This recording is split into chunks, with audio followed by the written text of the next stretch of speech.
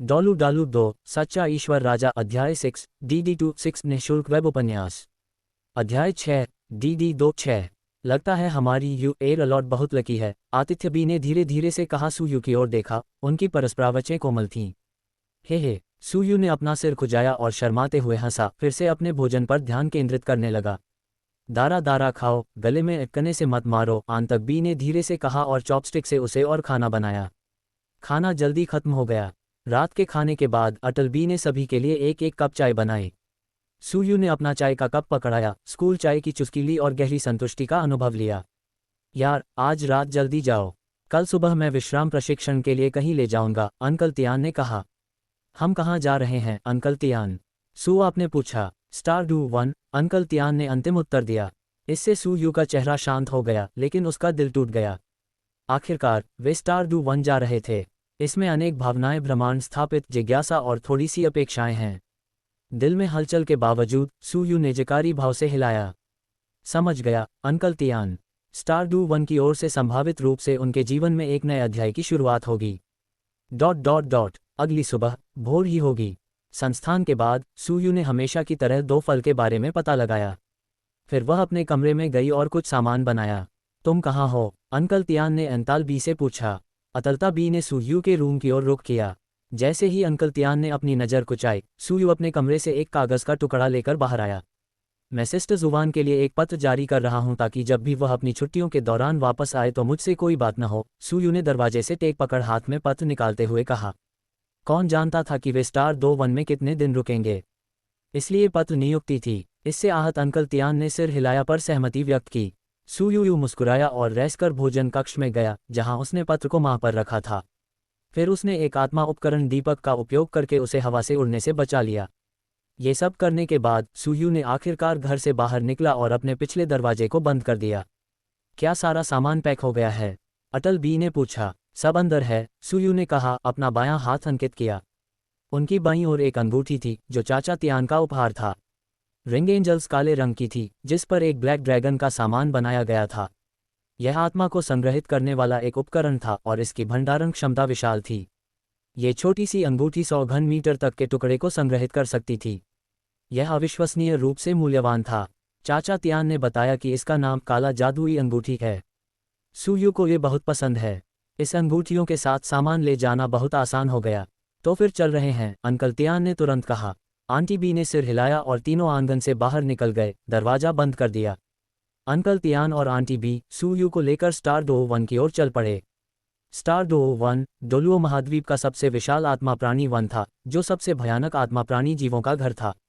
महाद्वीप के 10 सबसे खूंखार आत्मा प्राणी जीवों में से 7 स्टार 1 से आए थे। हालांकि स्टार 1 सुदूर उत्तर जितना विशाल नहीं था, लेकिन आत्मा प्राणी जीवों की गुणवत्ता और संख्या के मामले में ये सुदूर उत्तर से कहीं आगे था। सुबह करीब 9 बजे, जब सूरज तेज चमक रहा था, वे तीनों स्टार जंगल के किनारे पर पहुंचे। 50 लीग लगभग 25 किलोमीटर आगे स्टार 1 है। वहां आत्मा राक्षस मौजूद हैं, इसलिए कृपया सावधान रहें। सड़क के किनारे एक चेतावनी चिन्ह लगा हुआ था जो जंगल की निकटता को दर्शाता था। The star forest. सुयू ने अपने अंगूठे पर पहनी अंगूठी को छुआ और गहरी सांस ली। डरो मत, आंटी बी ने सुयू की घबराहट को भांपते हुए कहा और उसे धीरे से दिलासा दिया। आंटी बी, मुझे डर नहीं लग रहा, बस मैं उत्साहित हूँ। जिज्ञासा। वह सचमुच बहुत उत्सुक था। हिम महारानी और बर्फ की महारानी के अलावा उसने अभी तक कोई और आत्मा प्राणी नहीं देखा था। उद्धरण चिन्ह ... उद्धरण चिन्ह। आंटी बी एक पल के लिए चुप हो गईं। उन्होंने सोचा था कि स्टार जंगल की कुख्याति के कारण बच्चा शायद डर गया होगा, लेकिन पता चला कि वह उत्साहित था। ये बच्चा जन्म से ही मजबूत दिल वाला है, चाचा तियान ने कहा। सुयू आम बच्चों से बिल्कुल अलग था। वह न केवल अधिक समझदार था, बल्कि उसका साहस भी बड़ों के बराबर था। वैसे भी सुयू के व्यवहार को देखकर लगता था कि वह कोई साधारण बच्चा नहीं था। भला कौन सा बच्चा हजारों पाउंड वजनी विशाल कड़ाही को उठाकर इधर उधर भाग सकता है? वह तो मानो किसी युवा आत्मा पोषक जैसा था। ये सच है, आंटी भी मुस्कुराईं और वे तीनों आगे बढ़ गए। जैसे जैसे वे स्टार 1 के करीब पहुंचते गए, हवा भी ठंडी होती चली गई, और उस ठंडक के साथ एक अनहोनी का आभास भी होने लगा। स्टार 1 किसी आत्मा के दानव की तरह था, जो अपने अथाह जबड़े खोलकर अंदर आने वाले युवा जीवन को निगलने के लिए तैयार बैठा हो। किसी को नहीं पता था कि अंदर अवसर मिलेगा या मृत्यु। वे तीनों साधारण लोग नहीं थे, इसलिए उनकी गति तेज थी। 1 घंटे बाद वे स्टार डोव 1 में प्रवेश कर चुके थे।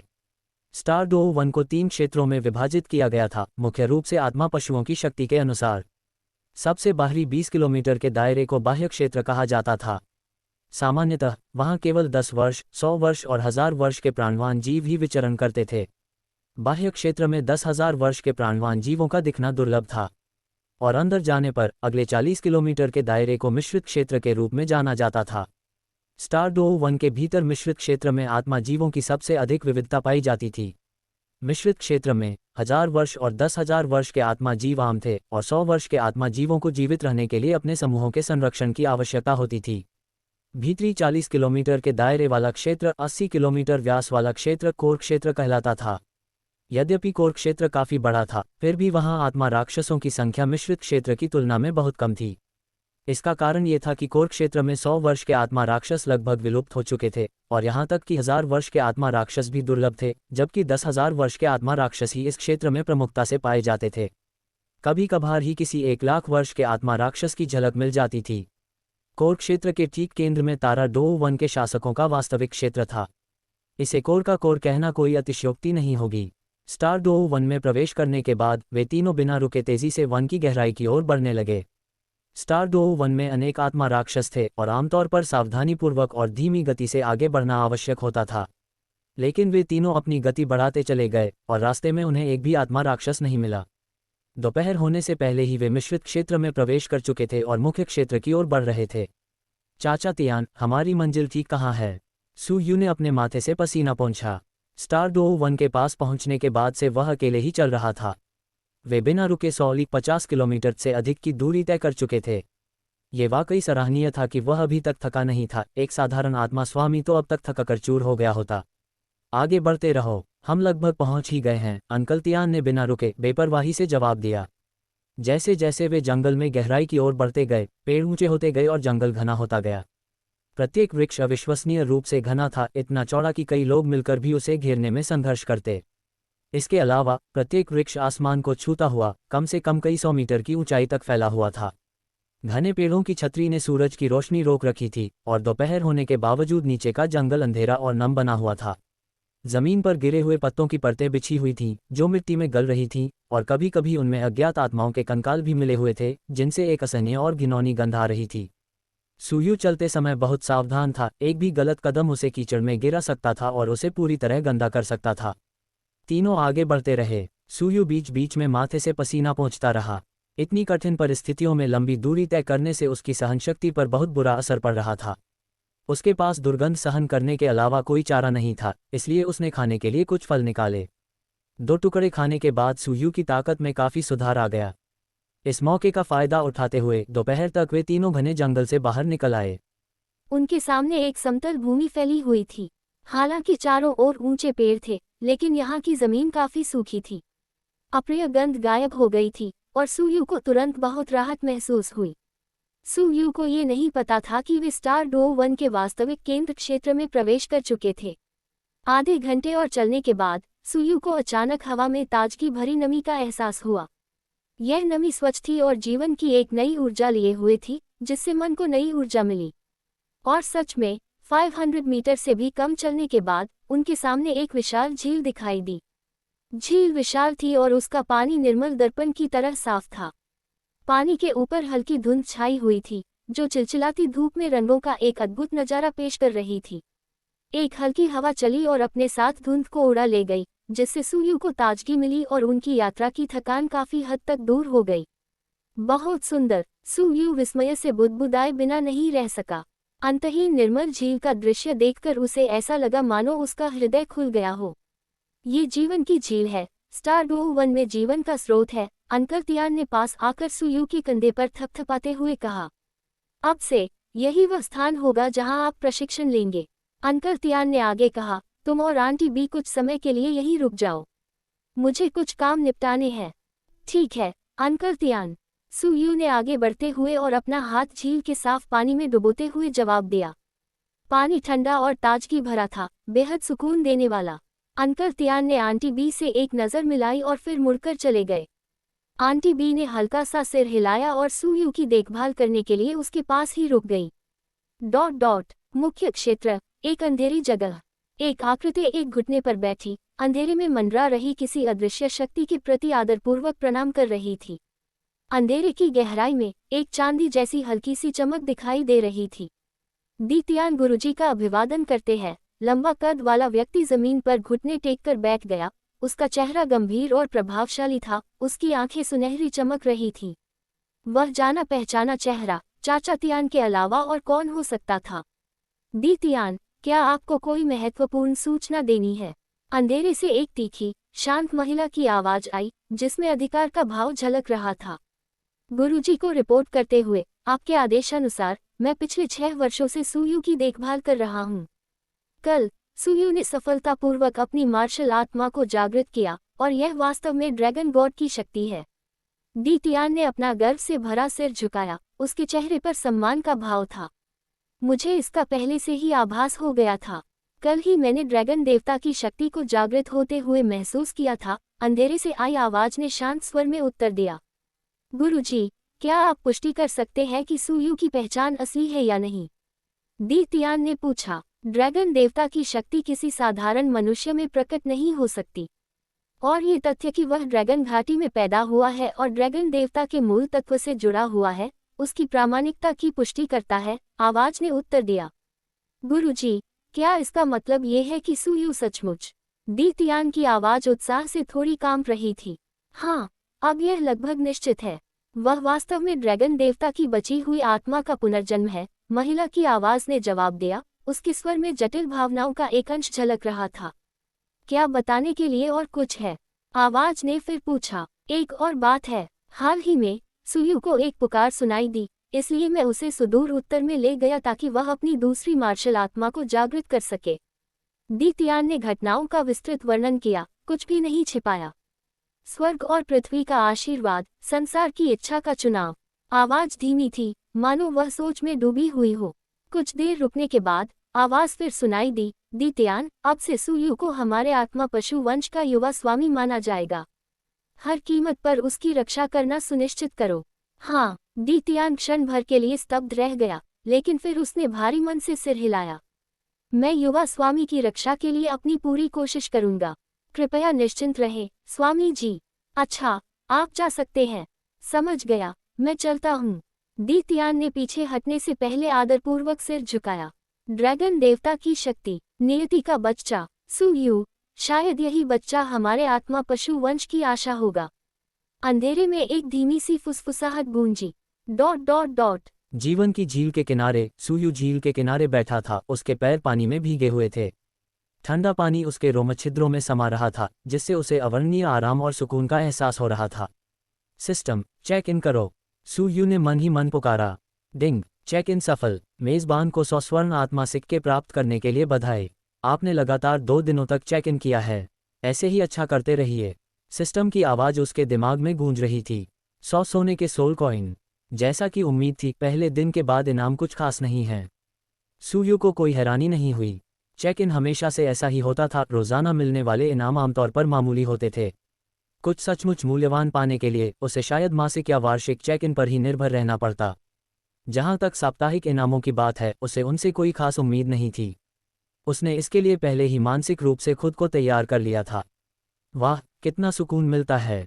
सुयू ने एक और फल चबाते हुए अपने पैरों से पानी उछाला और पूरी तरह संतुष्ट महसूस किया। चाचा तियान अभी अभी लौटे थे और सुयू की हरकतें देखकर उनके होंठ हल्के से सिकुड़ गए। जीवन की झील में पैर भिगोना, ये बच्चा शायद ऐसा करने वाला पहला बच्चा था, लेकिन वह क्या कर सकते थे? यह उनका छोटा पूर्वज था जिसकी देखभाल उन्हें करनी थी, इसलिए वे बस अनदेखा करने का नाटक ही कर सकते थे। फिर भी उसने अपनी उपस्थिति दर्ज कराने के लिए गला साफ किया। अरे अंकल तियान, तुम वापस आ गए हो। क्या तुम मेरे साथ पैर छुड़ाना चाहते हो? यह आरामदायक है। सुयू ने बिना किसी झंझट के उसे आमंत्रित किया। अंकल तियान की नाहें तन गईं, लेकिन उन्होंने खुद को रोक लिया और मजबूर कर दिया। तुम्हें, मुझे बहुत समय से कुछ चाहिए था, अंकल तियान ने कहा। उनका चेहरा गंभीर हो गया और उनकी आवाज़ पहले से कहीं अधिक संजीदा हो गई। सुयू थोड़ी देर रुका, वह अपने पैर झील से बाहर निकलने और अपने जूते बाहर पहनने के लिए। चाचा तियान, अगर तुम्हें कुछ कहना हो तो कह दो।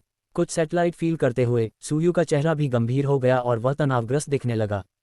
पास ही स्टेक इंटेल भी इसी क्षण आगे बढ़ा और उनका पाना हरी लिन सुयू पर टिक करें। डॉलू डालू 2 सच्चा ईश्वर राजा अध्याय 7 DD2 7 निःशुल्क वेब उपन्यास अध्याय 7 DD2 7।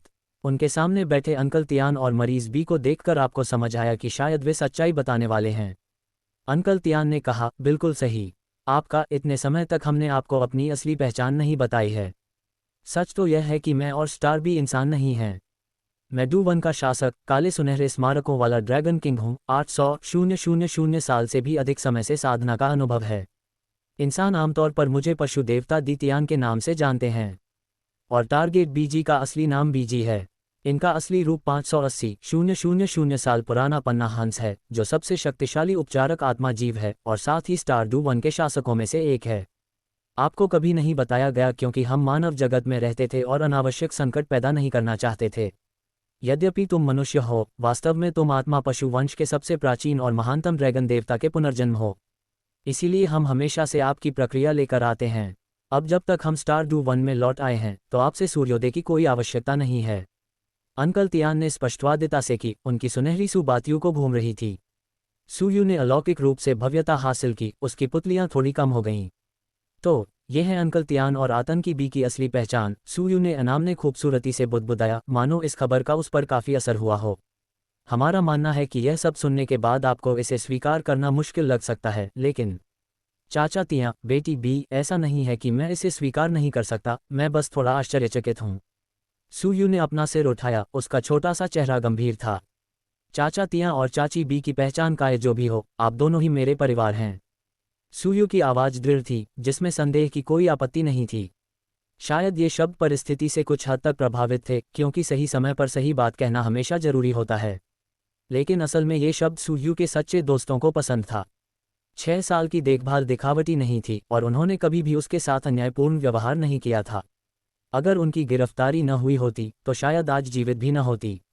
उनकी पहचान कागज़ जो भी हो, वे फिर भी उनके परिवार का हिस्सा थे।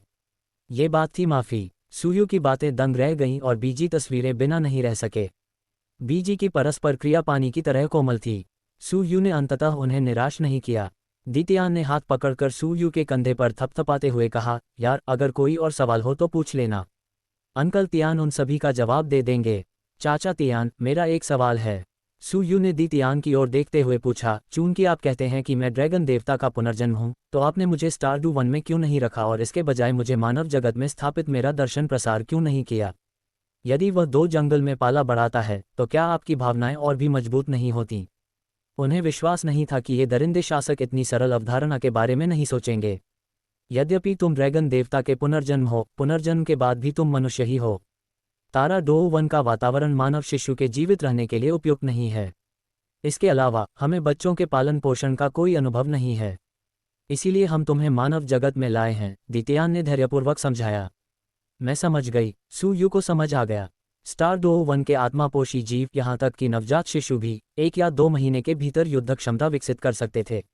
वे बहुत तेजी से बढ़ते थे, लेकिन वह इंसान था। शैशवावस्था के दौरान मानव विकास धीमा और नाजुक होता है और स्टार डू-1 का आदिम वातावरण उसके विकास के लिए उपयुक्त नहीं था।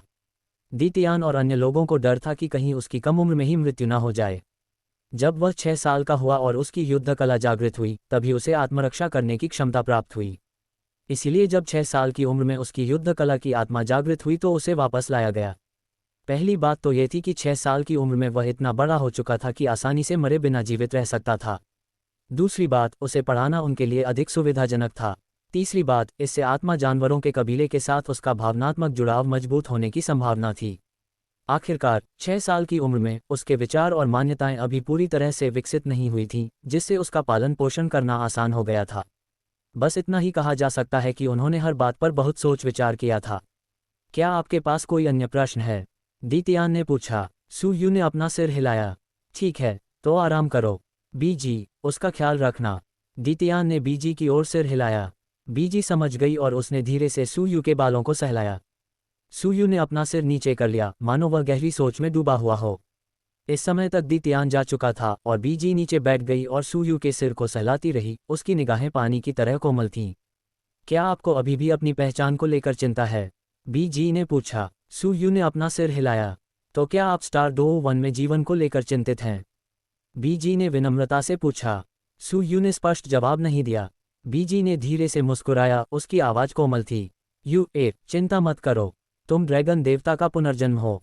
यहाँ कोई भी तुम्हें परेशान करने की हिम्मत नहीं करेगा। तुम आत्मा पशु वंश की आशा हो। यहाँ के सभी आत्मा पशु तुम्हारा सम्मान करेंगे। यदि कोई तुम्हारा अपमान करने की हिम्मत करेगा तो दीत्यान उसे दंडित करेगा। आंटी बी पर भरोसा रखें, आप यहाँ बहुत खुश रहेंगी।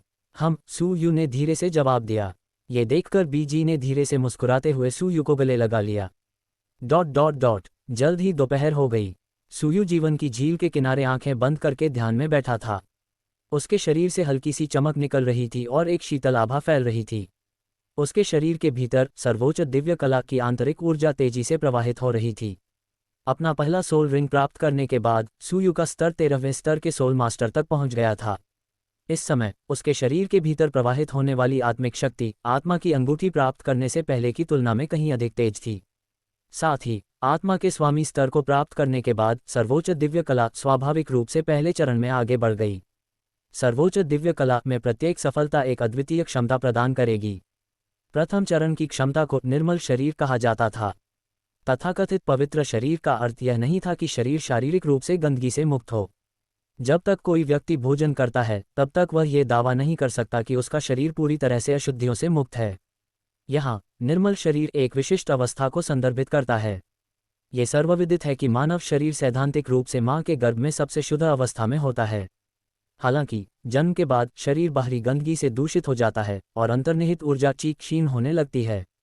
निर्मल शरीर उस अवस्था को संदर्भित करता है जिसमें व्यक्ति बाहरी अशुद्धियों से मुक्त होता है, जिससे साधक जनपूर्व सहज श्वास लेने की अवस्था में लौट सकता है। सहज श्वास लेने की इस अवस्था में साधना अधिक प्रभावी हो जाती है और आध्यात्मिक इंद्रियां भी तीव्र हो जाती हैं। यही सर्वोच्च दिव्य कला में निष्कलंक शरीर का सच्चा अर्थ है। सर्वोच्च दिव्य कला का निर्मल शरीर गुण अत्यंत लाभकारी है। अल्पकाल में शायद अंतर स्पष्ट न हो, लेकिन समय के साथ सूयू धीरे धीरे दूसरों से अपनी बढ़त बढ़ाएगा। जब तक वह साधना जारी रखेगा, उसकी शक्ति स्वाभाविक रूप से उसी स्तर के अन्य प्रतिभाशाली लोगों से आगे निकल जाएगी। ये कहा जा सकता है कि उन्होंने दौड़ की शुरुआत से ही जीत हासिल कर ली थी। कई बार अपनी सांसों को नियंत्रित करने के बाद सूयू की आत्मिक शक्ति धीरे धीरे शांत हो गई और वह ध्यान की अवस्था से बाहर आ गया। ऐसा नहीं था कि जीवन की झील के आसपास की आध्यात्मिक ऊर्जा अपर्याप्त थी, नहीं ऐसा था कि वह ध्यान जारी रखना नहीं चाहता था, बल्कि उसे अपने ऊपर एक अदृश्य दबाव बढ़ता हुआ महसूस हुआ। अपनी निर्मल शरीर अवस्था में सूयू की आध्यात्मिक इंद्रियां सभी पहलुओं में बहुत अधिक बढ़ गई थीं। उसे यह आभास हो रहा था कि कहीं शून्य में एक जबरदस्त गति एक ज्वार की लहर की तरह आ रही है। ये दीत्यान या बीजी की आभा नहीं थी, बल्कि अपरिचित शक्तिशाली प्राणियों की आभा थी। इसके अलावा ये सिर्फ एक नहीं बल्कि कई थे। स्वाभाविक रूप से सूयू तुरंत सतर्क हो गई। आंखें खोलकर उसने बीजी की ओर देखा, जो चुपचाप उस पर नजर रख रही थी, और उसे थोड़ा सुकून महसूस हुआ। वह खड़ा हुआ और आगे देखा तो उसे घने जंगल से कई आकृतियां निकलती हुई दिखाई दीं। उनका नेतृत्व एक बेहद लंबा भालू कर रहा था, जिसके शरीर पर गहरे सुनहरे रंग के बाल थे और उसकी आंखें लालटेन की तरह चमक रही थीं, जिनसे पीली रोशनी निकल रही थी। इसका विशालकाय शरीर कम से कम 50 से 60 मीटर लंबा था, जो लोहे के अजगरों की तरह मांसल उभारों से ढका हुआ था। इसके अंग शक्तिशाली थे और इसके नुकीले पंजे लगभग 10 मीटर तक फैले हुए थे। उनके पंजे ठंडी रोशनी से चमक रहे थे, मानो वे आसानी से आकाश और पृथ्वी को चीर सकते हों। इस विशालकाय भालू को देखकर पहली ही छाप इसके भारी वजन की थी, जिसके बाद क्रूरता का एक जबरदस्त एहसास हुआ। इस विशालकाय भालू के पीछे एक पेड़ था, एक बहुत ही विचित्र पेड़। ये कई 100 मीटर ऊंचा था, जिसकी जड़ें चारों दिशाओं में फैली हुई थीं। वह पेड़ कुछ डरावना सा लग रहा था, उसके तने पर एक अजीब सा चेहरा दिखाई दे रहा था और उसकी आंखें एक भयावह चमक के साथ झिलमिला रही थीं। इसे देखते ही सूयू की रीढ़ की हड्डी में सिहरन दौड़ गई। इसके बाद एक धधकते लाल रंग का विशालकाय कुत्ता आया। इसका रूप भयंकर था, इसके 3 सिर थे और इसके शरीर के चारों ओर आग की लपटों जैसी आभा जल रही थी। इसकी उपस्थिति भी उतनी ही भयावह थी, हालांकि पहले 2 की तरह उतनी जबरदस्त नहीं थी, लेकिन फिर भी बहुत ही प्रभावशाली थी। 3 सिर वाले मास्टिफ कुत्ते के बगल में एक आकर्षक आकृति थी। उसके लंबे बैंगनी बाल कंधों पर लहरा रहे थे, त्वचा बर्फ से भी अधिक गोरी थी और कमर इतनी पतली थी कि उसे आसानी से पकड़ा जा सकता था। उसके सुडौल शरीर के उभार बेहद आकर्षक थे। उसकी सुंदरता बीजी से कम नहीं थी, लेकिन बीजी की कोमलता के विपरीत इस महिला से एक उग्र और मोहक आभा निकलती थी। उसके लंबे पतले पैर इतने बेदाग थे कि वे सूयू के जीवन से भी अधिक लंबे प्रतीत होते थे। अगर सूयू को उसे एक शब्द में वर्णित करना हो तो वह होगा नम। यह महिला देखने में बिल्कुल नम लग रही थी। चारों आकृतियां धीरे धीरे आगे बढ़ीं और जल्द ही जीवन की झील पर पहुंच गईं। उनके द्वारा लाया गया बेतहाशा दबाव सुयू पर पहाड़ की तरह बोझ बन गया, जिससे उसकी सांसें तेज हो गईं। बहुत मजबूत, ये प्राणी अविश्वसनीय रूप से शक्तिशाली थे। उनकी प्राकृतिक आभा से ही सुयू को ऐसा महसूस हुआ मानो वह किसी विशाल पर्वत के सामने खड़ा हो। क्या याओ लिंग अभी तक नहीं आया? विशालकाय भालू ने गहरी, गड़गड़ाती आवाज में कहा। उसकी वाणी युद्ध के नगाड़ों की ध्वनि के समान थी, गूंजती हुई और प्रतिध्वनित होने वाली। बैंगनी बालों वाली महिला ने धीरे से कहा, वह आ रही है। उसी क्षण उसके बगल में एक रहस्यमय आकृति प्रकट होती हुई दिखाई दी। लगता है सब लोग यहाँ आ गए हैं, कहीं से एक आवाज आई और अगले ही पल दीतियान सुयू के बगल में प्रकट हो गया। वह और बीजी सुयू के दोनों ओर खड़े हो गए, जिससे सामने खड़े लोगों का ध्यान तुरंत उनकी ओर आकर्षित हो गया। दीतियान, क्या ये वही ड्रैगन गॉड का पुनर्जन्म है जिसका तुमने जिक्र किया था? ये छोटा सा बौना, उस विशालकाय भालू ने अपने दो पंजे फैलाए, उनके बीच थोड़ी सी जगह छोड़कर इशारा किया और उसके लहजे में तिरस्कार का भाव झलक रहा था। अन्य लोग भी सुयू को ध्यान से देख रहे थे, उनकी निगाहें जिज्ञासा, उत्तेजना या आश्चर्य से भरी हुई थीं और वे उस पर टिकी हुई थीं। अपनी dragon god seal martial soul को मुक्त करो, दीतियान ने सुयू की ओर मुड़ते हुए कहा। सुयू समझ गया, अपने सामने मौजूद 5 भयानक आभाओं को देखते हुए, हालांकि उसे अत्यधिक दबाव महसूस हो रहा था, उसका चेहरा स्थिर बना रहा। 2 जीवन जी लेने के कारण उनका दिमाग कुछ हद तक परिपक्व हो गया था। इसके अलावा दीतियान और बीजी के साथ होने से उसे किसी बात का डर नहीं था। अपना दाहिना हाथ उठाकर सुयू ने ड्रैगन गॉड सील को मुक्त कर दिया। उसके दाहिने हाथ के ऊपर 9 रंगों की एक सुनहरी मुहर तैर रही थी, जिससे एक चकाचौंध भरी रोशनी निकल रही थी। मुहर के ऊपर 9 रंगों वाले अजगर की एक आकृति कुंडली मारकर बैठी थी और एक दहाड़ के साथ एक अकथनीय दबाव बाहर की ओर फैल गया।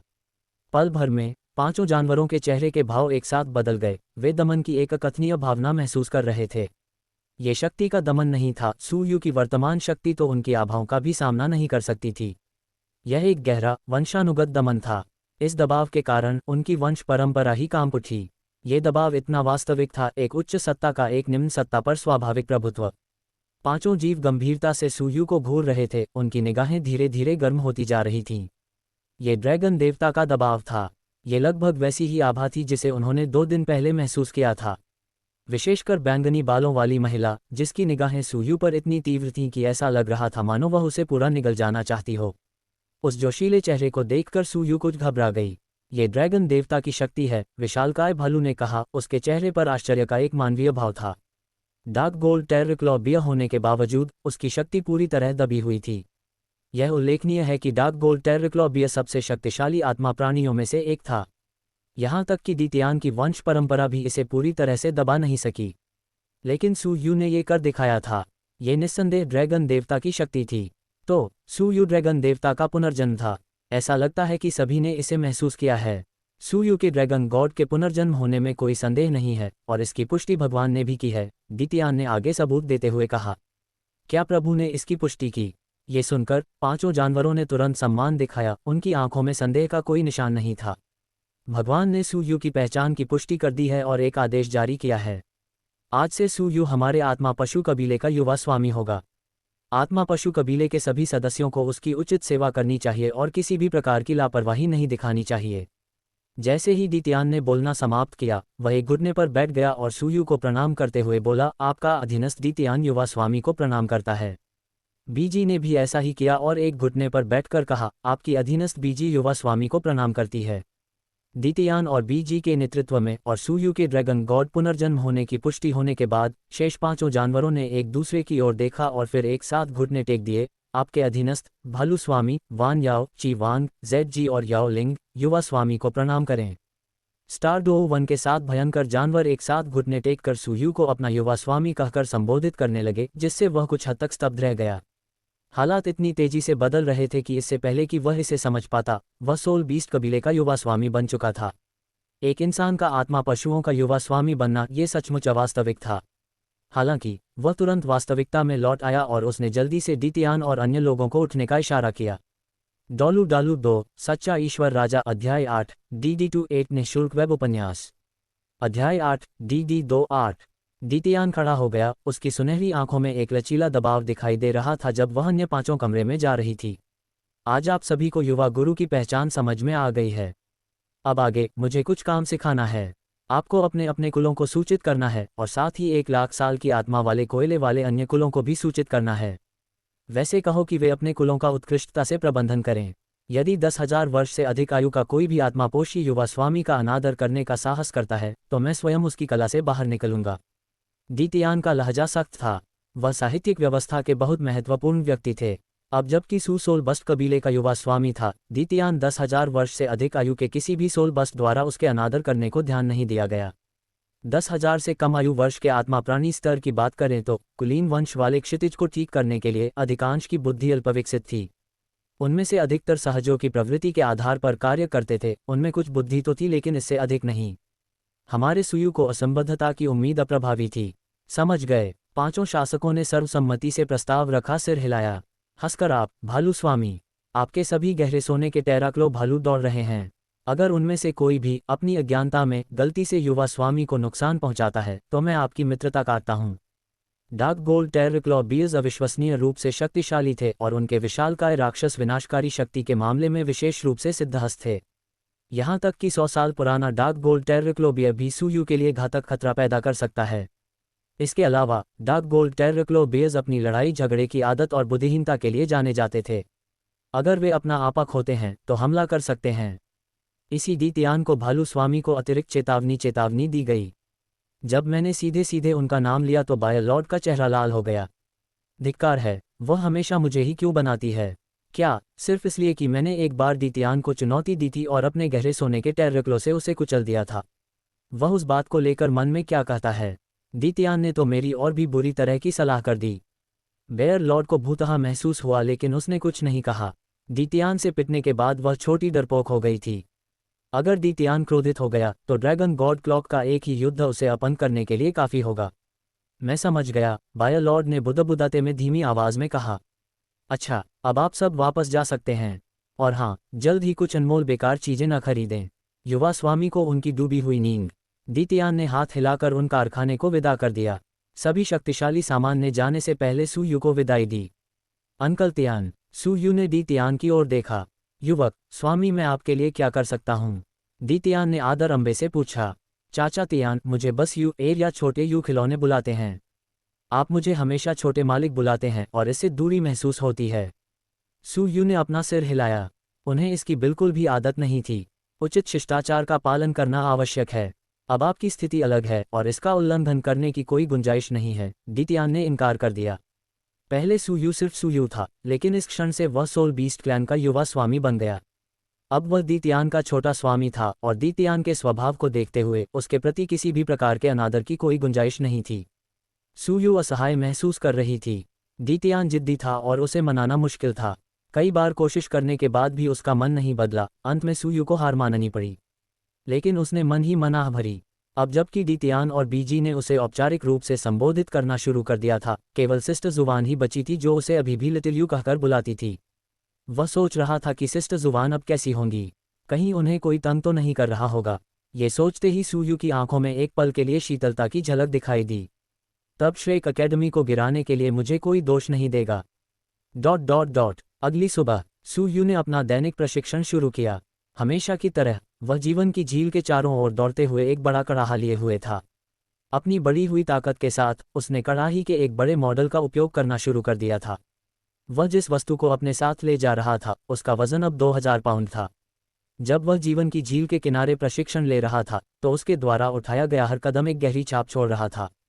कड़ाही लेकर 10 किलोमीटर दौड़ने के बाद सुयु हौंफते हुए उसे नीचे रख रहा था। उसका पूरा शरीर पसीने से भीगा हुआ था। जब उन्हें अपने प्रशिक्षण की योजना बनाने में असमंजस था तो भारित दौड़ना वास्तव में एक अच्छा विकल्प था। हालांकि भारयुक्त दौड़ की अपनी तकनीकें थीं। अत्यधिक जोर लगाने से शरीर को नुकसान पहुंच सकता था, जिससे स्थायी चोटें लग सकती थीं जो कभी ठीक नहीं हो पाती थीं। सुयु अपनी अनूठी शारीरिक बनावट और प्राप्त दिव्य खजानों के कारण इस तरह से प्रशिक्षण कर सका। आम लोगों के लिए अपनी सीमाओं को जानना सबसे अच्छा होता है, खासकर विकास के विभिन्न चरणों में बच्चों के लिए उन्हें हद से ज़्यादा नहीं करना चाहिए। मूल कहानी में जोई का लोगों की स्थिति या आत्मा के स्वामी वर्ग पर विचार किए बिना उन्हें अत्यधिक भारित दौड़ लगाने के लिए मजबूर करने का तरीका आसानी से लोगों को बर्बाद कर सकता था। अगर हुआ युवाओं को असाधारण भाग्य और लगातार अवसर न मिले होते तो वह बूढ़ी चुड़ैल जोई उसे बहुत पहले ही बर्बाद कर चुकी होती। उनकी तथाकथित उच्च स्नातक दर का एक कारण छात्रों को मनमाने ढंग से निष्कासित करना था। कम छात्र होने का मतलब था कम छात्र संख्या, और स्वाभाविक रूप से स्नातक दर अधिक प्रतीत होगी। दूसरा कारण ये था कि वह छात्रों की भविष्य की क्षमता को नष्ट कर देती थी। वे शुरू में तो तेजी से प्रगति करते थे, लेकिन जब तक वे सोल किंग या सोल एम्परर स्तर तक पहुंचते, उनके लिए आगे बढ़ना लगभग असंभव हो जाता था। उनकी क्षमता समय से पहले ही समाप्त हो चुकी थी। फिर भी श्रेक अकादमी में ऐसे शिक्षकों को सख्त लेकिन उत्कृष्ट प्रशिक्षकों के रूप में सम्मान दिया जाता था। सुयू को समझ नहीं आ रहा था कि इस बारे में क्या कहे। वह केवल यही निष्कर्ष निकाल सका कि गहन पृष्ठभूमि होना बहुत अच्छी बात है। इस दुनिया में संपर्क होना बेहद जरूरी है। बड़े से कड़ाहे के सहारे झुककर हौंकते हुए सुयू लगभग 15 मिनट बाद आखिरकार होश में आया। उसने पानी की बोतल निकाली और धीरे धीरे घूंट घूंट करके अपने शरीर में आवश्यक तरल पदार्थों की पूर्ति की। 15 मिनट बाद सुयू को पसीना आना बंद हो गया था। चिपचिपा और असहज महसूस करते हुए सुयू ने धीरे धीरे अपने कपड़े उतारे और जीवन की झील में छलांग लगा दी। जीवन से भरपूर पानी ने उसके शरीर को भिगो दिया और सुयू ने एक सुखद भरी। जीवन की झील का पानी न केवल मन को तरोताजा करता है, बल्कि लंबे समय तक उसमें भीगने के बाद शरीर को भी बहुत लाभ पहुंचाता है। जब सुयू स्नान का आनंद ले रहा था, तभी एक अजीब आत्मा पशु धीरे धीरे जीवन की झील की ओर बढ़ने लगा। यह आत्मापोशी लगभग 3 मीटर लंबा और 8 फीट ऊंचा था, जिसका शरीर चमकदार सुनहरे फर की एक परत से ढका हुआ था। इसका पूरा शरीर क्रिस्टल की तरह अर्धपारदर्शी प्रतीत होता था, जिससे इसे एक अलौकिक बनावट मिलती थी। यह आकार में शेर जैसा दिखता था, लेकिन इसके चारों पंजे अजगर के पंजों जैसे थे और प्रत्येक पंजा सुनहरी लपटों के एक समूह पर टिका हुआ था। इसका मुंह आम शेर जैसे दिखने वाले जीव जंतुओं की तुलना में लंबा था और इसके फर के नीचे महीन सुनहरे शल्क दिखाई दे रहे थे। अपनी सामान्य आंखों के अलावा इसमें एक तीसरी आंख भी थी, एक ऊर्ध्वाधर पुतली।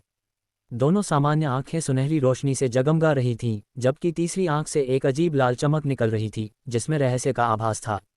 मानवीय मानकों के अनुसार इस आत्मा को जीने वाले इस दानव की सुंदरता असाधारण मानी जाएगी। इसकी सुंदरता हिम महारानी की सुंदरता को भी मात देती थी। इसके अलावा ये बिना कोई आवाज किए चुपचाप जीवन की झील की ओर बढ़ रहा था और सुयू को इसकी उपस्थिति का जरा भी एहसास नहीं हुआ था। धीरे धीरे कदम बढ़ाते हुए वह झील के किनारे तक पहुंच गया। जैसे ही वह पानी पीने के लिए अपना सिर नीचे करने वाला था, उसकी निगाहें झील में नहा रही सुयू से मिलीं। अचानक दोनों जम गए। वातावरण एकदम शांत हो गया और उनकी आंखें एक दूसरे से मौन में मिल गईं। दोनों में से किसी ने एक शब्द भी नहीं बोला। सुयू का चेहरा थोड़ा अजीब हो गया। उसने कभी सोचा भी नहीं था कि नहाते समय ही उसका सामना 3 आंखों वाले सुनहरे शेर से होगा। जी हाँ, सुयू ने 3 आंखों वाले सुनहरे शेर को तुरंत पहचान लिया। हालांकि सुयू ने पहले कभी 3 आंखों वाले सुनहरे शेर को नहीं देखा था, फिर भी उसकी विशेषताएं स्पष्ट थीं। 3 आंखें, सुनहरे बाल और ऐसी सुंदरता जिसे आत्मा प्राणी सौंदर्य का शिखर कहा जा सकता है, इसे पहचानने में सुयू की कोई गलती नहीं हो सकती थी। 3 आंखों वाले सुनहरे शेर की बात करें तो उसका भाग्य काफी दुखद था। कहानी पढ़ते समय सुयू को जिन पात्रों के प्रति सबसे अधिक सहानुभूति हुई, उनमें से वह एक था। सम्राट शुभ पशु होने के नाते ये तारा डोऊ वन के भाग्य का भार वहन करता था और दुर्लभ स्वर्ण ड्रैगन वंश का रक्त धारण करता था, जो इसे अत्यंत श्रेष्ठ बनाता था। लेकिन यही श्रेष्ठता इसके लिए दुर्भाग्य का कारण बनी। इसी कारण से इसे देवराज तांग सान ने अपना निशाना बनाया। अनेक षड्यंत्रों के फलस्वरूप अंततः इसे हुआ युहाओं को बलि चढ़ा दिया गया, जिससे इसका भाग्य और वंश पूरी तरह से छीन लिया गया और अप्रत्यक्ष रूप से तांग वंश को लाभ हुआ। शुभ जीव के खो जाने से स्टार डोऊ वन की समृद्धि नष्ट हो गई और तब से आत्मा जीवों का वंश पतन की ओर चला गया। ये कहा जा सकता है कि डोलुओ महाद्वीप के आत्मा जीव वास्तव में दयनीय और सहानुभूति के पात्र थे। यही एक कारण था कि सुयू ने ज्यादा विरोध नहीं किया और द्वितीयान के प्रस्ताव को स्वीकार कर लिया, जिसके तहत वह आत्मा पशुओं का युवा स्वामी बन गया। ड्रैगन गॉड की शक्ति का होना एक कारण था, लेकिन दूसरा कारण यह था कि आत्मा पशुओं ने वास्तव में बहुत कष्ट झेला था और सुयू को उनकी यथासंभव मदद करने में कोई आपत्ति नहीं थी। बेशक द्वितीयान और बीजी के प्रभाव ने भी इसमें भूमिका निभाई। सुयू ने 3 आंखों वाले सुनहरे शेर को घूर कर देखा और 3 आंखों वाले सुनहरे शेर ने भी उसे घूर कर देखा। उसकी सुनहरी आंखें मनुष्य जैसी उलझन से भरी हुई थीं। तुम कौन हो? तुम यहाँ क्यों हो? 3 आंखों वाले सुनहरे शेर ने अपनी स्पष्ट और मधुर आवाज में कहा, जो स्पष्ट रूप से स्त्रीत्व से प्रेरित थी। उसने पहले भी इंसानों को देखा था, लेकिन जीवन की झील में एक इंसान का बच्चा क्यों था? क्या अंकल द्वितीयान और बाकी लोगों ने इस पर बिल्कुल ध्यान नहीं दिया? 3 आंखों वाली सुनहरी शेरनी ने हैरानी से अपना सिर झुकाया। और आप कौन है? सुयू ने जानबूझकर पलटकर सवाल पूछा। जब मैं नहा रहा हूं तो तुम मेरी जासूसी क्यों कर रहे हो? 3 आंखों वाला सुनहरा शेर, तुम्हारी जासूसी कौन कर रहा है? रुको, तुम यहाँ नहा रहे हो। ये जीवन की झील थी। और इस बच्चे ने इसमें नहाने की हिम्मत कैसे की? मैं यहाँ क्यों न नहाऊं? सुयू ने अपनी बाहें मोड़ी और आत्मविश्वास से बोला, ये पानी पीने के लिए है। यहाँ से निकल जाओ। 3 आंखों वाले सुनहरे शेर की तीखी आवाज़ और भी अधिक प्रभावशाली हो गई। अगर यह आदमी यहाँ नहाता है तो क्या इसका मतलब यह नहीं होगा कि अब से वह उसके नहाने का पानी ही पिएगी? 3 आंखों वाले सुनहरे शेर के भीतर क्रोध भड़क उठा। क्या तुम्हें लगता है कि मैं तुम्हारे कहने पर ही निकल जाऊंगा? यह मेरे लिए शर्मनाक होगा। मैं मना करता हूँ। सुयू ने अपना सिर उठाया और 3 आंखों वाले सुनहरे शेर को चिढ़ाना जारी रखा। आप 3 आंखों वाला सुनहरा शेर क्रोधित था और सुयू को सबक सिखाने के लिए पानी में कूदने ही वाला था। उसी क्षण एक हरी बत्ती चमकी और बीजी प्रकट हुई। सुयू और त्रिनेत्रित स्वर्ण शेर के बीच गतिरोध देखकर उसकी आंख फड़क उठी। ये दोनों शरारती बच्चे आखिर एक साथ कैसे आ गए? वह झटपट आगे बढ़ी। लड़ाई नहीं, हम सब एक ही पक्ष में हैं। उसे चिंता थी कि शुभ जानवर सुयू को नुकसान पहुंचा सकता है। अपनी वर्तमान शक्ति के साथ सुयू किसी भी हालत में शुभ दानव को पराजित नहीं कर सकता था। 3 आंखों वाले सुनहरे शेर ने शिकायत करते हुए कहा, आंटी बीजी, वह जीवन की झील में नहा रहा है। मैंने उसे बाहर निकलने के लिए कहा लेकिन वह सुनता ही नहीं। शुभ दानव बहुत दुखी और अपमानित महसूस कर रही थी। वह लगभग नहाने का पानी ही पीने वाली थी। इस बीच सुयू पीछे हटने को तैयार नहीं थी। आंटी भी, मैंने अभी अभी अपनी सुबह की ट्रेनिंग खत्म की और नहाना चाहती थी। तभी वो आई और मेरी जासूसी करने लगी। मैंने नहीं। सुयू द्वारा उस पर दोबारा जासूसी का आरोप लगाए जाने पर त्रिनेत्रित स्वर्ण शेर तुरंत क्रोधित हो गया। ठीक है, बीजी ने बीच बचाव करने की कोशिश करते हुए कहा। युवक स्वामी, शुभ पशु आपकी जासूसी नहीं कर रहा था। यह महज एक गलतफहमी है। उसने 3 आंखों वाले सुनहरे शेर की ओर मुड़कर कहा, युवा स्वामी अभी अभी आए हैं और अभी तक चीज़ों से परिचित नहीं हैं। कृपया उदार रहें और उन्हें इसके लिए दोषी न ठहराएं। युवा मास्टर, 3 आंखों वाला सुनहरा शेर चौंक गया और भ्रमित हो गया। आत्मा के राक्षसों का कोई युवा स्वामी कब से हो गया, और वह छोटा बच्चा ही था। जब बीजी ने 3 आंखों वाले सुनहरे शेर को शांत किया तो वह सुयू की ओर मुड़ी और बोली, युवा स्वामी, जल्दी से स्नान कर लीजिए। आज से आपका प्रशिक्षण शुरू हो रहा है। ठीक है, आंटी बी, सुयू ने जवाब दिया, फिर अपनी निगाहें बीजी और 3 आंखों वाले सुनहरे शेर पर टिका दी।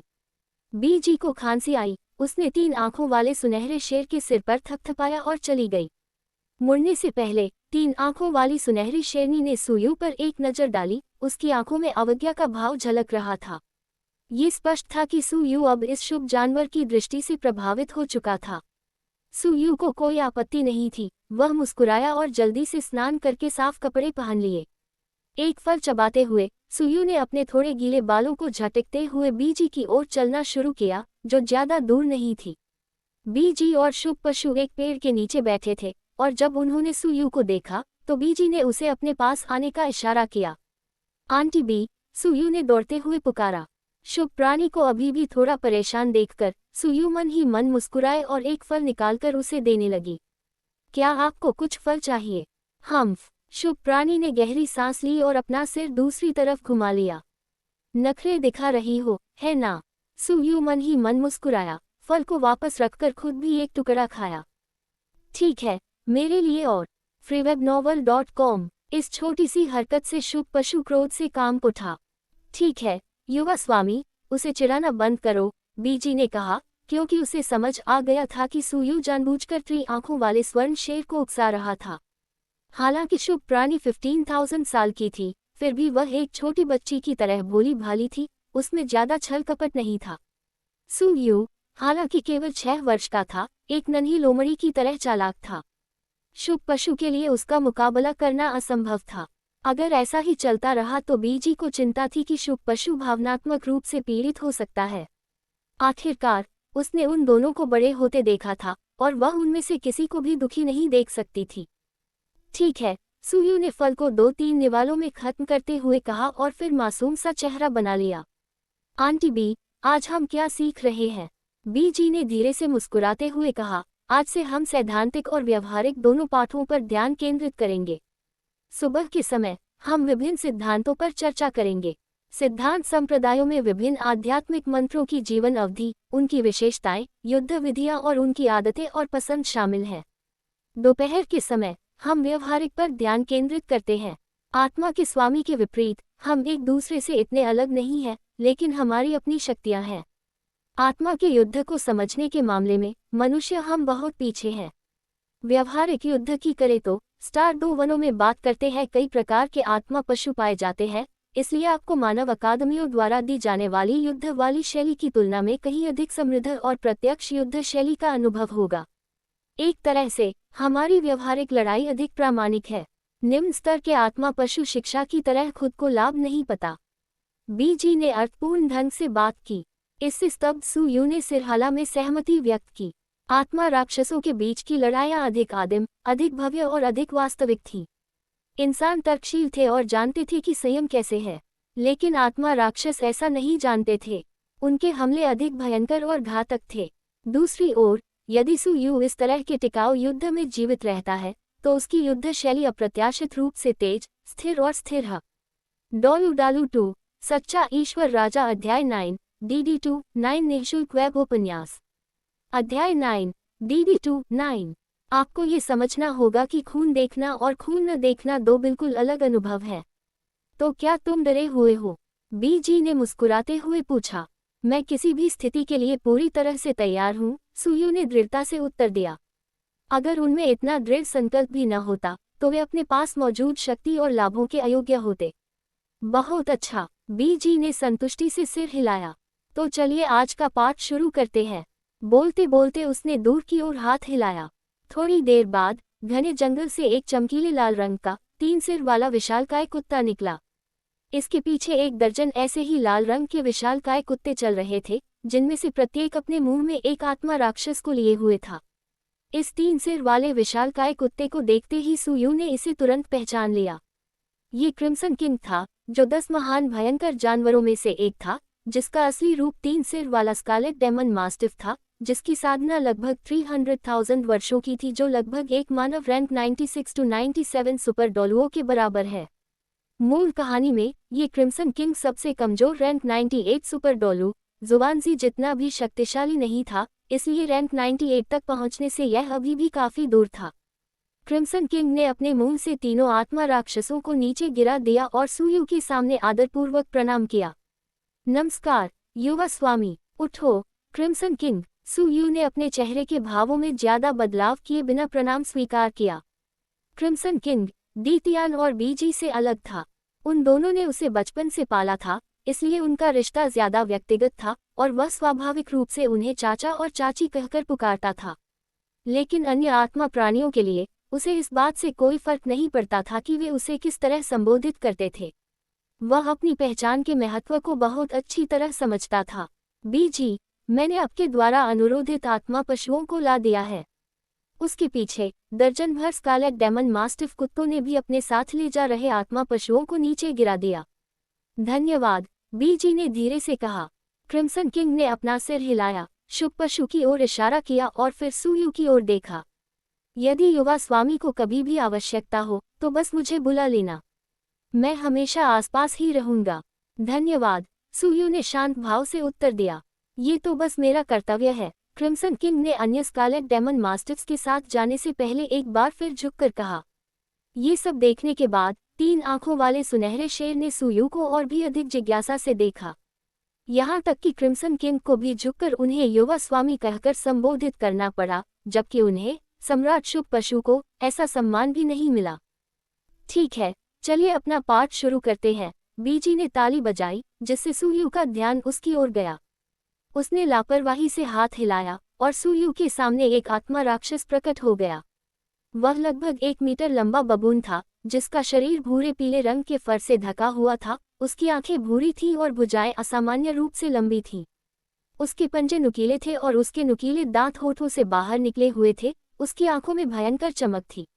ये 10 साल का आत्मा पोषक है, एक पवन बबून है। विंड बैबून एक निम्न स्तर का आत्मा प्राणी है, जो विशेष रूप से शक्तिशाली नहीं है। आमतौर पर इन्हें इनकी ऊंचाई, फर के रंग और आंखों के रंग से पहचाना जा सकता है। 10 साल का विंड बैबून आमतौर पर 2 मीटर से कम लंबा होता है, जिसके शरीर पर भूरे पीले रंग के फर और भूरी आंखें होती हैं। 100 साल का विंड बैबून 2 से 4 मीटर लंबा होता है, जिसकी त्वचा भूरे पीले रंग की और आंखें भूरी होती हैं।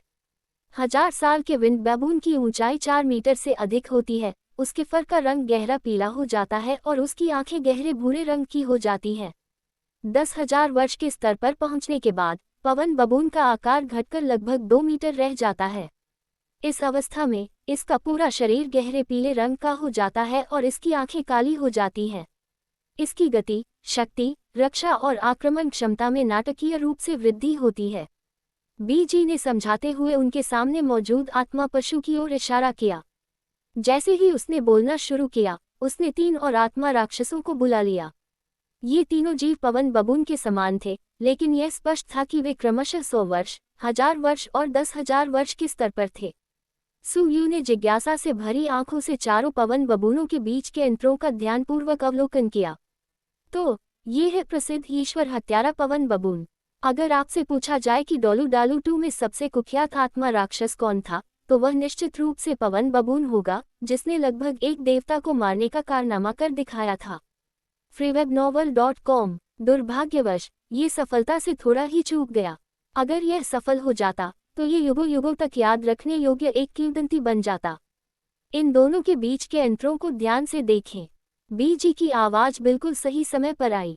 सु यू ने सिर हिलाया और चारों पवन बबूनों का बारीकी से निरीक्षण किया। विंड बैबून की मुख्य आक्रमण विधि अपने मुंह से सफेद ऊर्जा किरणें निकालकर अपने दुश्मनों पर हमला करना है। बीजी ने अपनी व्याख्या जारी रखी, जबकि सु यू ध्यान से सुनती रही और सहमति में सिर हिलाती रही। एमरल्ड स्वान एक बहुत ही अनोखा आत्मा प्राणी था, जो स्वभाव से ही उपचार करने की ओर उन्मुख था। इसकी उपचार क्षमता अविश्वसनीय रूप से मजबूत थी, जिसके कारण अन्य आत्मा प्राणी आसानी से इसका अनुसरण करते थे और इसकी रक्षा करते थे। एमरल्ड स्वान वंश की रानी होने के नाते बीजी के अधीन अनगिनत आत्मा पशु थे। विभिन्न आत्मा पशुओं के बारे में उनकी समझ अद्वितीय थी। उन्होंने चीजों को स्पष्ट और विस्तार से समझाया और सु यू ने सीखने पर पूरा ध्यान केंद्रित किया, जिससे उसे इस अनुभव से बहुत कुछ सीखने को मिला। इसी बीच बीजी की शिक्षा को देखते हुए 3 आंखों वाली सुनहरी शेरनी ऊब के मारे जम्हाई लेने लगी। वह सिकुड़कर लेट गई, एक आरामदायक स्थिति ढूंढी और जल्द ही शांतिपूर्ण नींद में सो गई। ... समय तेजी से बीत गया और सुबह जल्दी से गुजर गई। महज एक सुबह में सु यू ने 10 से अधिक प्रकार के आत्मा राक्षसों की विशेषताओं, युद्ध शैलियों और शक्तियों के बारे में जान लिया था और उसने उन सभी को याद कर लिया था। इस तरह का इलाज किसी और को नहीं मिल सकता था। स्टार डोव 1 के राजाओं ने स्वयं आत्मा पशुओं को पकड़कर उन्हें शिक्षा प्रदान की। भला ऐसा अनुभव भला किसे मिल सकता है? जो कुछ उसने प्रत्यक्ष रूप से देखा और सीखा, वह किसी किताब में पढ़कर प्राप्त होने वाली जानकारी से कहीं अधिक विस्तृत और स्पष्ट था। उसने न केवल आत्मा पशुओं का अवलोकन किया, बल्कि उन्हें स्पर्श भी किया। अब उसे ठीक ठीक पता था कि उनके फर कैसे लगते हैं, उनकी मांसपेशियां कितनी सख्त होती हैं और उनकी हड्डियां कितनी मोटी होती हैं। आत्मा के राक्षसों के युवा स्वामी होने का यही विशेषाधिकार था। सुबह की पढ़ाई पूरी करने के बाद सु यू ने दोपहर के भोजन में 2 फल खाए, थोड़ी देर आराम किया और जल्द ही दोपहर के सत्र का समय हो गया। दोपहर में व्यवहारिक युद्ध प्रशिक्षण का समय था। इस बार किसी भी आत्मा पात्र को मुख्य क्षेत्र में नहीं लाया गया। इसके बजाय सु यू को बाहर ले जाकर उसे वास्तविक युद्ध का प्रत्यक्ष अनुभव कराया गया। मुख्य बात प्रामाणिकता थी। उसके आसपास का वातावरण और आत्मा के राक्षस बिल्कुल वास्तविक थे। बीजी सु यू को बाहरी क्षेत्रों में ले गई, क्योंकि वहीं उसे आत्मा स्वामी के रूप में अपने वर्तमान स्तर के लिए उपयुक्त प्रतिद्वंद्वी मिल सकते थे। सु यू जंगल से होकर गुजरी, जबकि बीजी और त्रिनेत्र स्वर्ण सिंह ने अपनी आभा को नियंत्रित रखा और दूर से उसे देखते रहे। बीजी के पास होने से वह किसी भी समय सु यू को बचा सकती थी, इसलिए किसी भी वास्तविक खतरे के बारे में चिंता करने की कोई आवश्यकता नहीं थी। सु यू अकेले ही जंगल से गुजर रही थी। उसके हाथ में एक भारी लोहे का हथौड़ा था।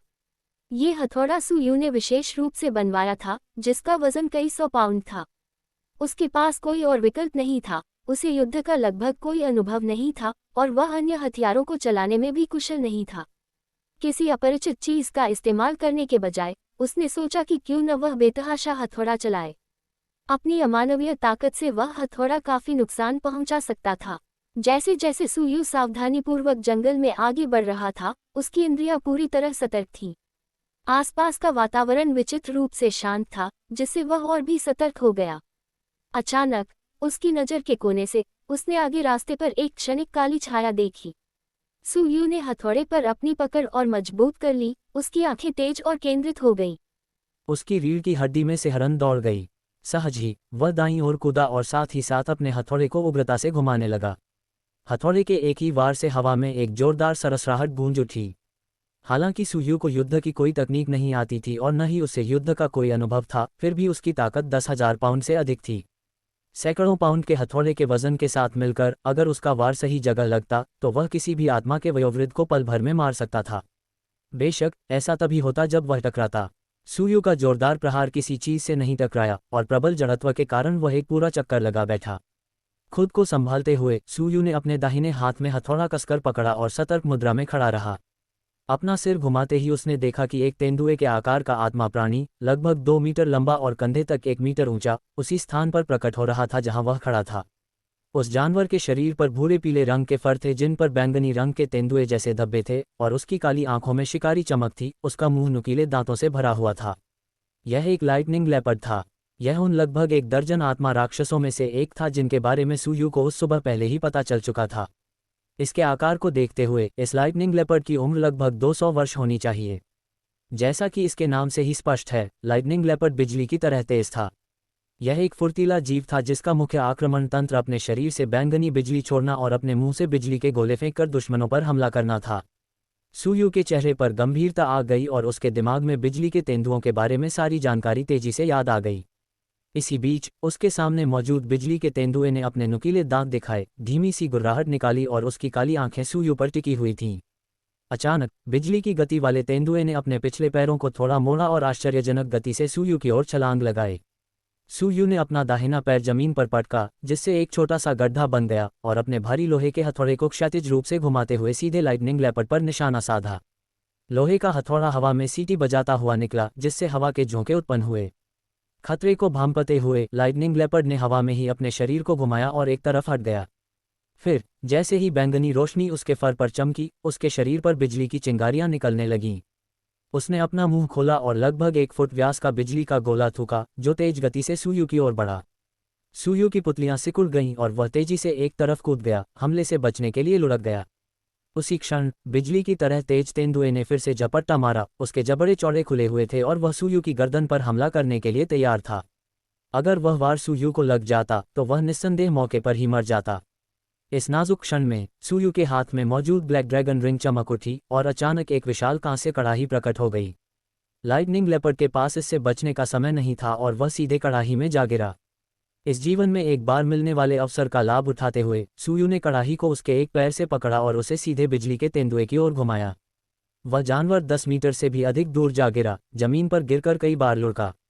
सुयू तेजी से आगे बढ़ा, हवा में उछला और अपनी पूरी ताकत से अपना हथौड़ा नीचे पटका, जिसमें उसने 10,000 पाउंड की अपनी पूरी शक्ति का इस्तेमाल किया। महज एक ही वार में लाइटनिंग लेपर्ड की खोपड़ी चकनाचूर हो गई, उसका दिमाग बाहर निकल आया और उसकी जिंदगी तुरंत खत्म हो गई। तभी सुयू ने अपना लोहे का हथौड़ा एक तरफ रख दिया। वह भारी सांसें ले रहा था, उसका दिल अभी भी जोर से धड़क रहा था। उस बेहद तनावपूर्ण क्षण में उसने वास्तव में मृत्यु के खतरे को महसूस किया था। इसीलिए उनका जवाबी हमला इतना भयंकर था। ये जीवन के लिए खतरा पैदा करने वाले खतरे के प्रति पूरी तरह से सहज प्रतिक्रिया थी। अब जैसे जैसे उसकी सोचने समझने की क्षमता धीरे धीरे वापस आने लगी, सुयू को एहसास हुआ कि वह शायद कुछ ज्यादा ही आगे बढ़ गया था। एक ही झटके में उसने लाइटनिंग लेपर्ड को मार डाला। जैसे ही लाइटनिंग लेपर्ड का जीवन पूरी तरह समाप्त हो गया, उसके शरीर से एक पीली आत्मा की अंगूठी उठने लगी।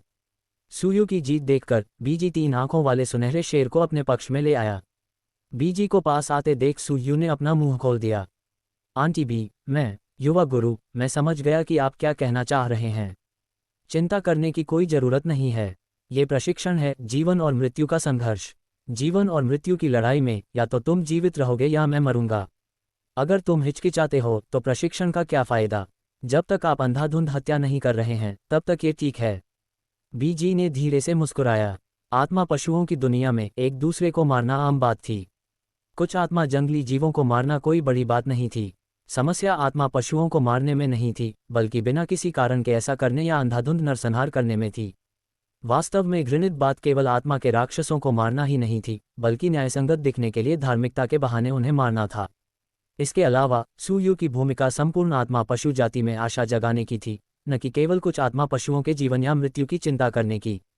अब मुझे समझ आ गया आंटी बी। बीजी की बातें सुनकर सुयू के मन की चिंताएं धीरे धीरे कम हो गईं। आखिरकार वह भी एक इंसान था, इसलिए उसे इस बात की चिंता थी कि बीजी और बाकी लोग कैसा महसूस करेंगे। लेकिन बीजी के ऐसा कहने से उसे राहत मिली। हा हा हा, सुयू के बोलते ही 3 आंखों वाली सुनहरी शेरनी ने उसकी ओर देखा, अपने एक पंजे से अपना मुंह ढक लिया और हंसने लगी। सुयू असमंजस में थी, उसे समझ नहीं आ रहा था कि क्या हो रहा है। बीजी ने धीरे से मुस्कुराते हुए अपना कोमल हाथ उठाया और सुयू के बालों से गिरे हुए पत्तों को हटाया और उसके चेहरे से धूल पोंछी। कितना गंदा है, 3 आंखों वाली सुनहरी शेरनी ने गर्व से अपना सिर उठाया और कहा।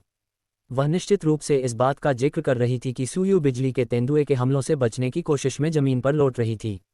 सुयू ने हल्की सी मुस्कान दी, उसे जरा भी परवाह नहीं थी।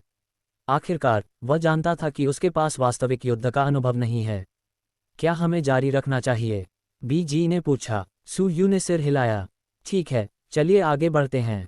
बीजी मुस्कुराए और 3 आंखों वाले सुनहरे शेर को फिर से अपने साथ ले गई। सुयू ने अपना प्रशिक्षण फिर से शुरू किया। कुछ ही समय बाद उसकी मुलाकात 100 वर्ष के हाथी गैंडे से हुई। लाइटनिंग लेपर्ड के विपरीत एलिफेंट राइनोसेरस एक रक्षा प्रकार का सोल बीस्ट था। उसकी त्वचा मोटी थी, मांसपेशियां मजबूत थीं और उसमें अपार शक्ति थी। अधिकांश आत्मा के गुरुओं को भी उनकी सुरक्षात्मक दीवारों को भेदने में संघर्ष करना पड़ेगा। लेकिन सुयू इस चुनौती से उत्साहित थी। जिस एक चीज से उसे डर नहीं लगता था, वह थी ताकत और रक्षात्मक क्षमता। वह तेज और फुर्तीले स्वभाव के लोगों से सावधान रहता था। सुयू अपने हथौड़े के साथ आगे बढ़ा और कई प्रयासों के बाद वह एक मौका ढूंढने में कामयाब रहा और 100 साल के हाथी गैंडे को पीट पीट कर आत्मसमर्पण करने के लिए मजबूर कर दिया। ये सुयू के लिए अब तक का सबसे संतोषजनक मुकाबला था। इतने मजबूत लक्ष्य को ध्वस्त करना रोमांचकारी अनुभव था। हाथी गैंडे को हराने के बाद सुयू का सामना जल्द ही एक और प्रतिद्वंद्वी से हुआ। इस बार यह एक बाघ दानव बिल्ली थी जिसने 500 से अधिक वर्षों की साधना की थी। सुयू उस विशिष्ट प्रजाति को नहीं पहचान सका, लेकिन वह बता सकता था कि यह बिल्ली के आकार का एक आत्मा पोषक प्राणी था। बिल्ली के आकार के आत्मा प्राणी आमतौर पर फुर्तीले हमलावर होते थे, जो अपनी अविश्वसनीय गति के लिए जाने जाते थे।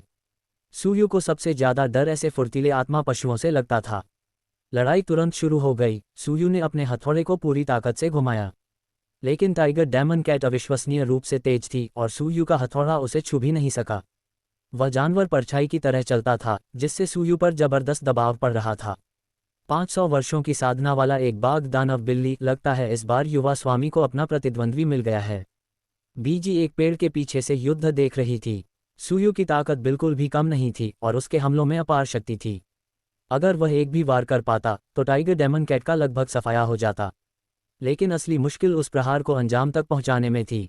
हालांकि टाइगर डेमन कैट की रक्षा क्षमता औसत थी, लेकिन उसकी गति वास्तव में उल्लेखनीय थी। सुयू हवा में ही अपना हथौड़ा चला रहा था और इस रफ्तार से, चाहे उसके पास कितनी भी ताकत क्यों न हो, ये ज्यादा देर तक नहीं टिक पाएगा। यह आदमी इतना क्रूर है, इसे बस बेतरतीब ढंग से हाथ पैर चलाना आता है। 3 आंखों वाले सुनहरे शेर ने टिप्पणी की। उसके लिए सुयू की युद्ध तकनीक बेहद ही भद्दी थी, इसे देखना वाकई मुश्किल था। डोलू डालू 2 सच्चा ईश्वर राजा अध्याय 10 DD2 10 निःशुल्क वेब उपन्यास। अध्याय 10 DD2 10। इसका दोष युवा खिलाड़ी को शामिल नहीं किया जा सकता है। आज उनका पहला दिन है और ऐसे प्रदर्शन के साथ ये पहले से ही काफी प्रभावशाली है। लाइटनिंग लेपर्ड और एलिफेंट राइनो 200 साल पुराने आत्मा राक्षसों को हराना, अपने पहले वास्तविक युद्ध का अनुभव एक आत्मा गुरु के लिए पहले से ही एक असाधारण उपलब्धि है। साल भर पुराने आत्मा प्रेषक तत्व को अकेले एशिया महाद्वीप के सर्वश्रेष्ठ अकादमियों के लिए भी अपने प्रथम श्रेणी के आत्मा प्रबंधकों को सीखने में महारत हासिल है। 100 साल पुराने आत्मा राक्षस का अकेले सामना करने के लिए एक प्रतिभाशाली व्यक्ति को भी आत्मा के ग्रैंड मास्टर के स्तर की साधना की आवश्यकता होगी ताकि वह शिष्य से परिपूर्ण हो सके। और यह भी मत भूलिए कि युवा स्वामी ने अभी तक अपने मार्शल सोल का उपयोग नहीं किया है। बीजी ने धीरे से मुस्कुराया। यह सच है, लेकिन उसकी युद्ध आत्मा वास्तव में क्या है? 3 आंखों वाले गोल्डन शेर ने उत्सुकता से पूछा। एक इंसान का आत्मा पाशुओं का युवा स्वामी बनना यह एक अप्रत्याशित घटना है। तुम्हें जल्द ही पता चलेगा, बीजी ने युद्ध क्षेत्र के पास की ओर देखते हुए धीरे से कहा। ... जंगल में सुयू एक बाघ दानव बिल्ली के साथ युद्ध में हुआ था। ये एक छोटा, हरे रंग के फर वाला लिंक था, जिसकी लंबाई 2 फीट से अधिक नहीं थी। उनके शरीर पर बाघ की जंगली धारियां दिखाई दे रही हैं, और उनके शरीर पर लाल बैंगनी रंग की धारियां दिखाई दे रही हैं, जो उग्रता का प्रदर्शन कर रही हैं। टाइगर डेमन कैट एक सामान्य बिल्ली शाखा का आत्मा प्राणी था। ये बेहद आक्रामक था। हवा और अंधेरे दोनों पहलुओं के साथ इन गरीबों ने अपना शक्तिशाली दावा योगदान दिया। टाइगर डेमन कैट के पास विशेष रूप से छोटे पंख थे, जो उड़ने के लिए बहुत छोटे थे, लेकिन वे इसे तेज गति से चलने के दौरान हवा में दिशा देते थे। टाइगर डेमन कैट बेहद फुर्तीला थी, यही वजह थी कि इतनी लंबी लड़ाई के बाद भी सुयू उस पर एक भी युद्ध नहीं कर पाई थी। उफ! सुयू ने गहरी सांस छोड़ी, उसका चेहरा गंभीर था। टाइगर डेमन कैट बेहद फुर्तीला थी। अपने हथौड़े को कुचलने के बावजूद भी वह जीव को छू नहीं सका। सुयू का कहना है कि अगर यह मामला लंबा चौड़ा है, तो अंततः उसे नुकसान उठाना पड़ेगा। तो फिर कोई विकल्प नहीं है। अपने आप से कुछ बुदबुदाते हुए सुयू के शरीर से अचानक बर्फीली रोशनी की एक तेज किरण निकली। उसके चारों ओर 2 मीटर की सतह में धीरे धीरे सफेद पीले रंग की एक झलक दिखाई दी, और उसके पीछे बर्फीले नीले रंग के शाही वस्त्र परिधान की एक झलक दिखाई दी। उसके शत्रुओं के पास एक नीले रंग का आत्मा का घेरा झिलमिला रहा था और उसकी चारों ओर की लहरें बन रही थीं। सुयू की आभा में अचानक आ गए बदलावों को भांपते हुए बाघ दानव बिल्ली हो गई, उसकी लाल बैंगनी आराम से भर गई। उसकी यात्रा शुरू हुई थी और उसके न्यूकीले नीले हरे रंग की चमक से जगमगा रहे थे।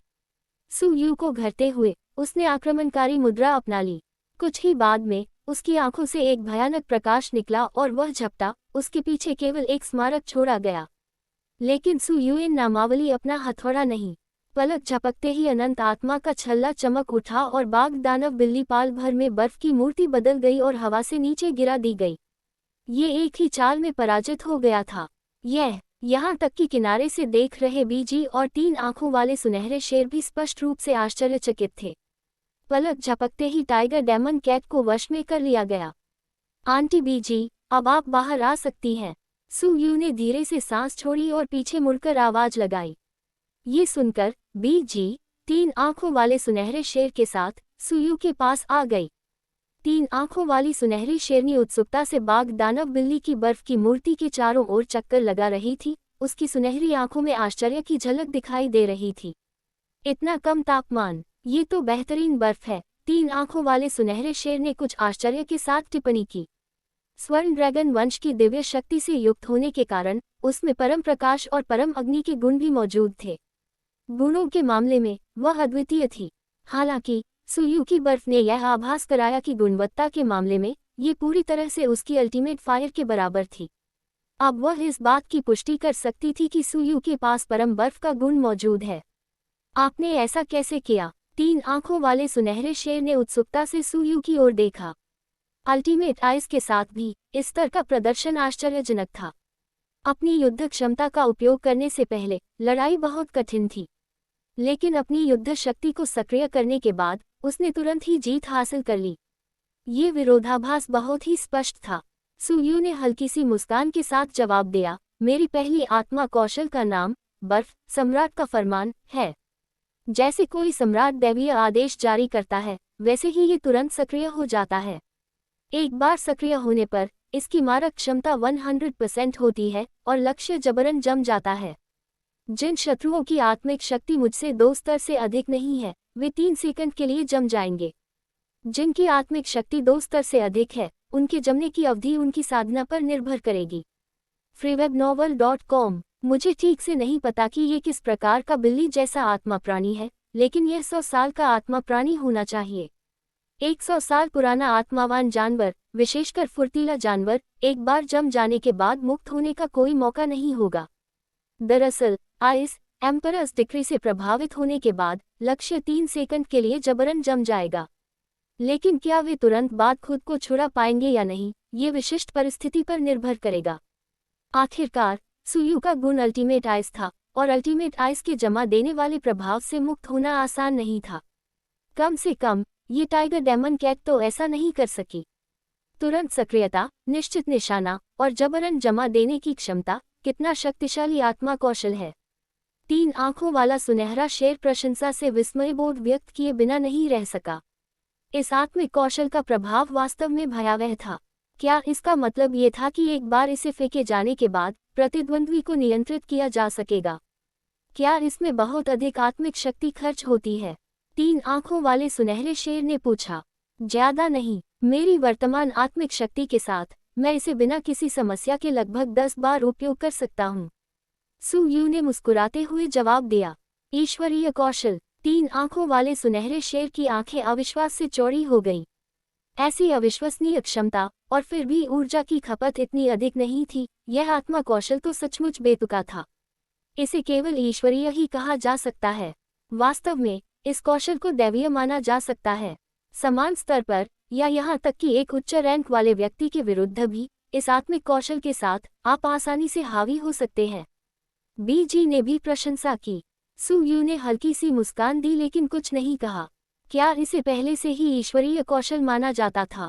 आत्मा की अनुभूति की उम्र बढ़ने के साथ साथ ये कौशल और भी मजबूत हो सकता है। दूसरे शब्दों में, जैसे जैसे आत्मा की अनुभूति की उम्र बढ़ती जाएगी, जबरन जमा देने की अवधि भी बढ़ती जाएगी। यह उनकी पहली आत्मा कौशल, बर्फ सम्राट का फरमान, का प्रभाव था। उनकी स्वर्ग प्रदत्त मार्शल आत्मा की उत्पत्ति की आत्मा की अनुभूति होने के नाते यह असाधारण से कम कैसे हो सकती है? केवल ऐसा ही प्रभाव स्वर्ग द्वारा प्रदत्त मूल आत्मा वलय की गरिमा के योग्य था। बेशक कोई भी आत्मिक कौशल अजेय नहीं है। शुद्धिकरण, प्रतिरक्षा या अजेयता जैसी क्षमताएं आइस एम्परर्स डिक्री का मुकाबला कर सकती हैं। लेकिन फिर भी दुनिया में कितने लोगों के पास ऐसी आत्मिक क्षमताएं हैं? आइस एम्परर्स डिक्री के साथ ही सू यू को एक उत्कृष्ट नियंत्रण प्रकार का सोल मास्टर माना जा सकता था। बेशक सू यू का ध्यान केवल नियंत्रण पर ही केंद्रित नहीं था।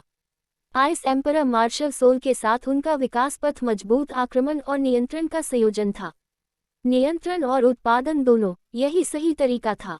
केवल नियंत्रण पर ध्यान केंद्रित करने से आइस एम्परर मार्शल सोल की क्षमता व्यर्थ हो जाएगी। वास्तव में एक अद्भुत आत्मिक कौशल। एक बार फिर बीजी ने प्रशंसा से आह भरी। उसने आकाश की ओर देखा, जहां डूबता सूरज क्षितिज को चमकीले आग जैसे बादलों से रंग रहा था। ठीक है, काफी देर हो रही है। चलिए आज का प्रशिक्षण यहीं समाप्त करते हैं। सू यू ने सिर हिलाया। इतनी देर तक लड़ने के बाद वह वाकई काफी थक गया था। हाँ, चलिए वापस चलते हैं। बीजी ने धीरे से मुस्कुराते हुए सू यू और 3 आंखों वाले सुनहरे शेर को वापस मुख्य क्षेत्र में ले गई। रात हो चुकी थी और जीवन की झील के सामने एक अलाव टिमटिमा रहा था। एक व्यक्ति और 2 जानवर आग के चारों ओर बैठे थे। आकाश में चंद्रमा चमक रहा था और तारे टिमटिमा रहे थे। सू यू ने एक बांस की सीख पकड़ रखी थी, जिस पर 3 फुट लंबा खरगोश तेल में पक रहा था और उसमें से चटकने की आवाज आ रही थी।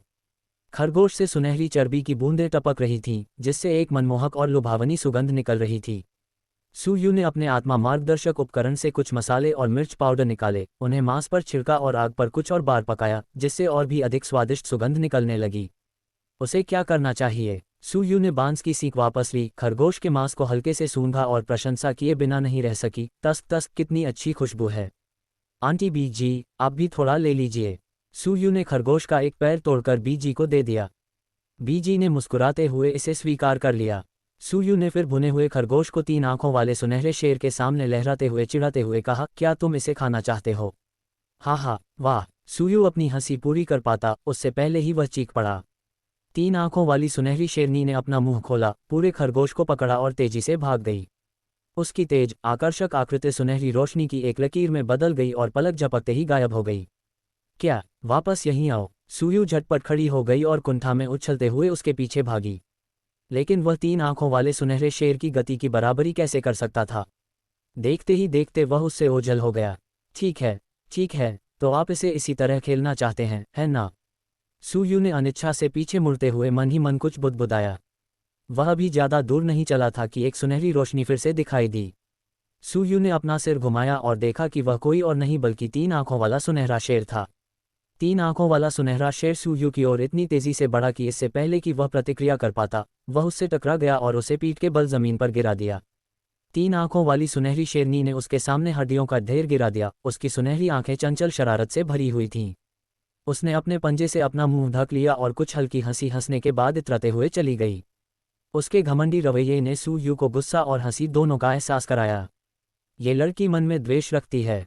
कुछ देर बाद सू यू अपनी हंसी नहीं रोक पाए।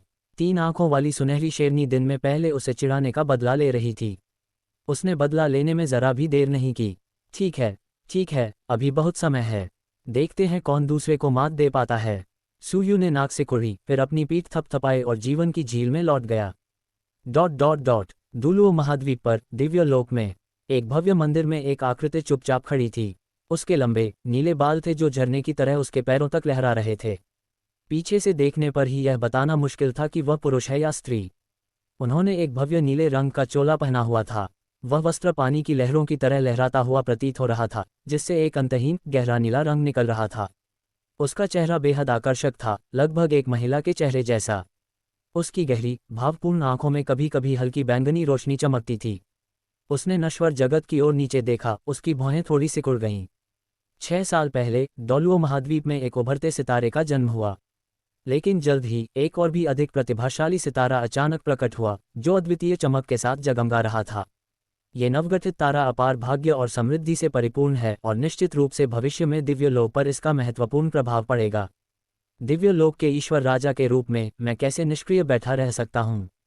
मुझे उसका सही मार्गदर्शन करना होगा, ये सुनिश्चित करना होगा कि वह सही मार्ग पर चले। लेकिन 6 साल बीत चुके हैं और ऐसा लगता है जैसे उसे धुंध के पर्दे ने घेर रखा है। मैं उसकी पहचान की पुष्टि तक नहीं कर सकता, उससे संबंधित मामलों की जांच करना तो दूर की बात है। क्या ऐसा हो सकता है कि डोलुओ महाद्वीप की इच्छा उसे जानबूझकर छिपा रही हो? नीली वर्दी पहने उस व्यक्ति ने ठंडी सांस ली, उसकी आंखों में हत्या का इरादा झलक रहा था।